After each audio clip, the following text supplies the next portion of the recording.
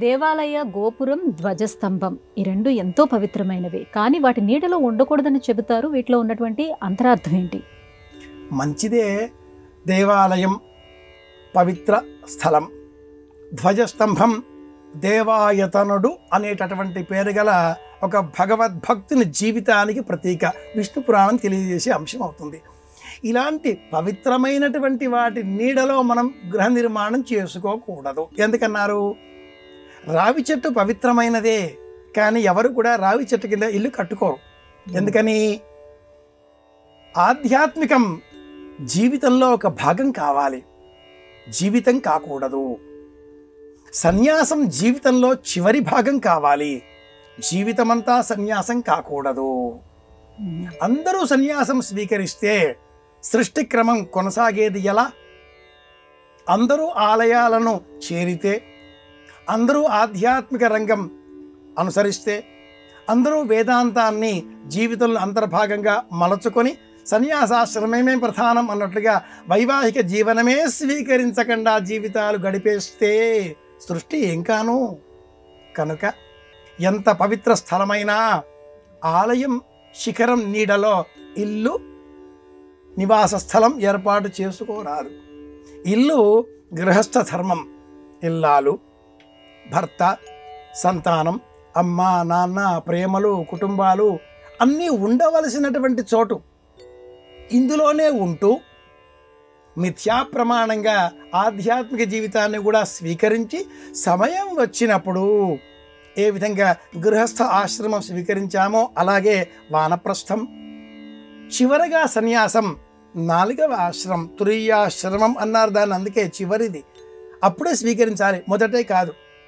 ఎవరైతే నిరంతరం ఆలయాల నీడలలో ఉంటారో, ధ్వజస్తంభాల చాటులో ఉంటారో, వాళ్ళ మనస్సులో ఈ కుటుంబ వ్యవహారాల పట్ల వైమనస్యం ఏర్పడుతుంది.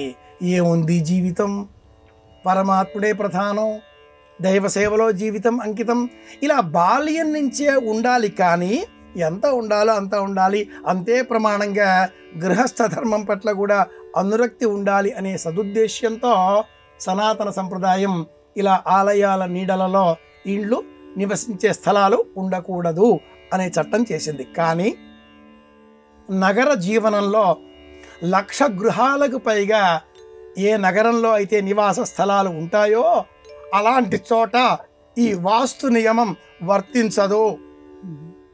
మహానగరాలలో ఆలయాల పక్కన, ఆలయాల ఎదురుగా ఇండ్లు ఉంటాయి. ఆ ధర్మాన్నే అనుసరించి విమానాల గోపురాల నీడలు ఇంటిపైన పడతాయి. అంత మాత్రం చేత మనం దోషం అని భయపడరాదు. 1,00,000 గృహాలకు మించిన నగరాలలో ఈ నియమం వర్తించదు. ఇది శాస్త్రం. నగరంలో కాదు సుమా. ఈ ప్రమాణం ఎలా ఏర్పడింది? ఉదాహరణగా వృత్తాంతం ఏదైనా ఉందా అంటే, దేశం మొత్తం మీద అతిపెద్ద దేవాలయం తంజావూరులో ఉన్నటువంటి ఆ మహాలింగేశ్వరాలయం, శివాలయం, బృహదీశ్వరాలయం అని ఆ ఆలయానికి పేరు. బృహదీశ్వరాలయం యొక్క నీడ, గోపురం నీడ నేలపైన పడదు అంటారు. టన్నుల కొద్దీ బరువైనటువంటి అతిపెద్దనైన రాయి ఆ గోపురం చిట్ట చివరన ఉంది అని కూడా చెబుతారు. కానీ ఇది అబద్ధం. ఆ ఆలయం గోపురం నీడ కూడా నేలపైన పడుతుంది. ఎందుకన్నారు ఇలాగా అంటే, ఆలయాల గోపురాల నీడలు నేలపైన పడనంత పెద్దవిగా ఉన్నాయి. అలాంటి పరమాత్మని మనం సేవించాలి అనే ఉద్దేశ్యంతో. అలాగే ఆలయం నీడ నేలపైన పడదు కనుక చుట్టుపక్కల కూడా మనం గృహాలు నిర్మించుకోవచ్చు అని చెప్పడమే 2వ ఉద్దేశ్యం. అంతేగాని నగరాలలో ఉండేటటువంటి వారు ఆలయాల గోపురాల నీడలు ఇంటిపైన పడుతున్నాయి అని ఆందోళన చెందే అవసరం లేదు. ఇది పూర్వ సిద్ధాంతం. 1,00,000 గృహాల కంటే మించిన చోట ఈ నియమం వర్తించదు.